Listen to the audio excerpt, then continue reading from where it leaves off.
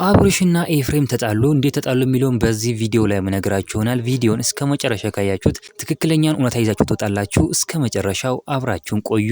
በጣም በሚገርም ሁኔታ እንግዲህ አብርሽና ኤፍሬም ተጣልተዋል ማለት ነው። ትላንትና እንደሚታወቀው አብርሃም ከፍቅር ጋር የማይደረግ ነገር እንግዲህ መረጃ ወጥቶበታል ማለት ነው። በጣም በሚገርም ሁኔታ መረጃ ወጥቶበታል። በዚህም እንግዲህ ኤፍሬም አይቶት ማለት ነው። ለምንድን እንደዚህ የምታደርገው? ለምንድን ነው ሴቶች ላይ የምትጫወተው? በተለይ ደግሞ እኛ እንቁኛ ጀግና ሩታ ላይ ለምን ትጫወታለህ? በማለት እንግዲህ ተጣልቶታል ማለት ነው። ኤፍሬም ማለት ሩታ ስትነካ የሚነሳበት ሩታ ስትነካ አይንኩብኝ የሚል ወንድም ነው ማለት ነው። ወንድማችን በጣም ነው የምንወድ። የሩትዬ መከታ ሆነ እስከዛሬ የምታገለግለውን እግዚአብሔር ይክፈል ማለት እንፈልጋለን ማለት ነው። እውነት ለመናገር ከሆነ ኤፋ ማለት በቃ በጣም ጠንካራ ነው። በእድሜ ትንሽ ነገር ግን በአስተሳሰብ በጣም የትልቅ ሰው ማለት ነው። የ70 ሰው የ80 ዓመት ሰው ነው እንግዲህ እንደዛ ነው የሚያስበው። እውነት ለመናገር ከሆነ ኤፋ ወንድማችን ኑርልን ማለት እንፈልጋለን። የሩትዬ መከታ በዚህም እንግዲህ ለምን ትጫወትባችኋለህ? ለምንድነው እንደዚህ የምታደርገው? ያቺ ፍቅር ተብያዋንም ላግኛት ብቻ ብሎ በጣም በቃ ተናዷል ማለት ነው። እውነትም ደግሞ ይሄ የሚያስናድድ ነገር ነው። እኔ ራሱ በጣም